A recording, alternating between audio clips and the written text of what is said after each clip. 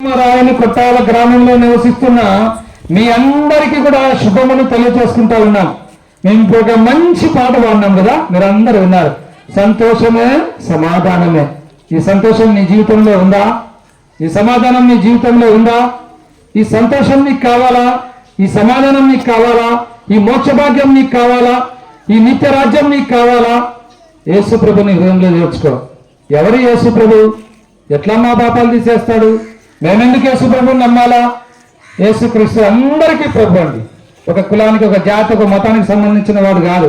ఆకాశం అందరికి ఒకటి ఏ విధంగా ఉందో, భూమి అందరికి ఒకటి ఏ విధంగా ఉందో, యేసుక్రీస్తు అందరికీ కూడా ప్రభు ఉన్నాడు.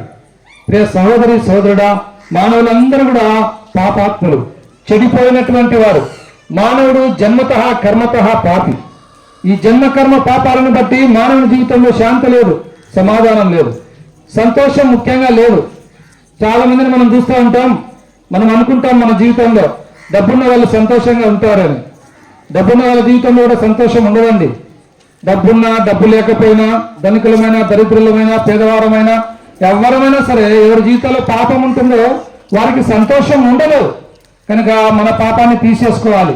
మన పాపాన్ని తీసేయడానికి యేసుప్రభు ఈ లోకానికి వచ్చినాడు. సృష్టికర్త అయిన దేవుడు నరావతారిగా నిన్ను నన్ను రక్షించడానికి ఈ లోకానికి ఆయన దిగి వచ్చినాడు. నీ నా పాపంలో ఆయన శిలువ మీద మోసినాడు.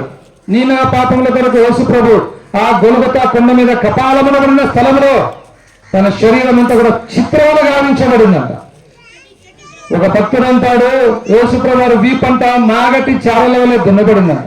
ఎందుకో తెలుసా? అమ్మాయా, నిన్ను ప్రేమించి యేసు ప్రభు నీ శిక్ష ఆయన పొందినాడు. ఆయన ప్రేమ ఎంత గొప్పది అంటే, నీ నా పాపంలో కొరకు ఆయన సిలువలో మరణించడానికి కూడా సిద్ధపడ్డమే కాదు, మరణించినాడు కూడా. ఎన్ని కొరడా దెబ్బలు? 39 కొరడా దెబ్బలు తిన్నాడు.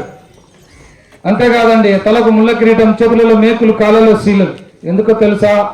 నీ జీవితంలో పాప క్షమాపణ ఇవ్వాలని నీ శిక్ష ఆయన పొందినాడు. నువ్వు కోల్పోయిన సంతోషం నీకు ఇవ్వాలని యేసు ప్రభుకి ఇష్టం. అందుకే నీ కొరకు ఆయన సిలువలో మరణించి 3వ దినాన మరణం జయించి తిరిగి లేచినాడు. పరలోకానికి ఆరోహణుడైనాడు. సాయంకాల సమయంలో నిన్ను ప్రేమిస్తూ ఉన్నాడు, నిన్ను పిలుస్తూ ఉన్నాడు. అమ్మా, ఎంతకాలం సంతోషం నేను బతుకుతావు? ఎంతకాలం పాపం అనే సముద్రంలో కొట్టుకొని పోతావు? ఎంతకాలం పాపంలో జీవిస్తూ, పాపంలో సుఖిస్తూ, పాపమునే తినొచ్చు, పాపమునే త్రాగొచ్చు, పాపంలో జీవిస్తూ పాపంలో మరణిస్తావు. దేవుని వాక్యం చెప్తా ఉంది, పాపం వలన వచ్చు జీతము మరణము. ఎవరు తప్పించలేరు కదా. మరణాలు మానవునికి 2 రకాలు. ఒకటి శరీర మరణం, రెండోది ఆత్మీయమైన మరణం. శరీర మరణం ప్రతి ఒక్కరికి వస్తుంది. అయితే ఆత్మీయమైనటువంటి మరణం ఎవరికి అంటే పాపక్షమాపణ పొందినటువంటి వారికి. అక్కడ ఆ యొక్క నరకలోకంలో యుగాయుగములు అగ్గి మండుతూ ఉంటుంది. అందులో నువ్వు పాల్పొందటం యేసుకి ఇష్టం లేదు. అందుకే నిన్ను ప్రేమించి నీ గ్రామానికి రక్షణ సువార్తను తీసుకొని వచ్చినాడు. ప్రేమైన సోదరి సోదరుడా, నువ్వు పాపం పోవాలంటే ఎక్కడికి వెళ్ళాల్సిన అవసరం లేదు, ఏం చేయాల్సిన అవసరం లేదు, ఎటువంటి వెల చెల్లించాల్సిన అవసరం లేదు, ఎవరి దగ్గరికి వెళ్ళాల్సిన అవసరం లేదు.